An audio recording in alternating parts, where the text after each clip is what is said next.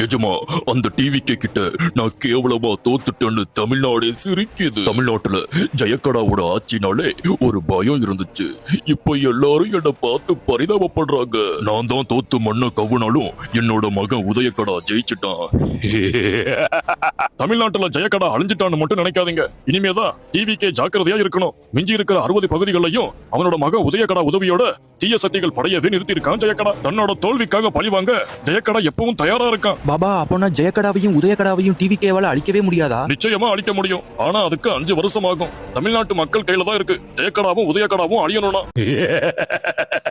ஜெயக்கடா, நீ டிவிக்கே விஜய் கிட்ட தோத்துட்டு கவலைப்படாத. நீ ஜெயிச்சாலும் தோத்தாலும் நீ ஒரு தீய சக்தி. உன்னோட மகன் உதயக்கடா கிட்ட சொல்லி தமிழ்நாட்டுல கலவரத்தை உண்டாக்கு.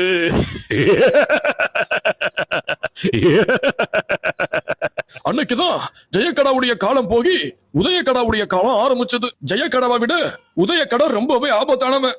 தோல்வியை ஏத்துக்கொள்ள முடியாம ஊர் மக்களை ரொம்பவே கஷ்டப்படுத்த ஆரம்பிச்சுட்டான் உதயக்கடா. பள்ளி பசங்களுக்கு பான்பராக்கு வாங்கி கொடுக்கறதையும், காலேஜ் படிக்கிற பசங்களுக்கு கஞ்சா பொட்டல வாங்கி கொடுக்கறதையும் சிறப்பா பாத்துக்கிட்டான் உதயக்கடா.